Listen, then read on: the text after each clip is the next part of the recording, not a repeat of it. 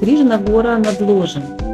Лучшее время для посещения тогда, когда нет листвы на деревьях. Можно оставить машину и дальше не спеша идем пешком. Есть путь более короткий, он, конечно же, более крутой. Можно пройти чуть дольше, но дорога будет более пологая.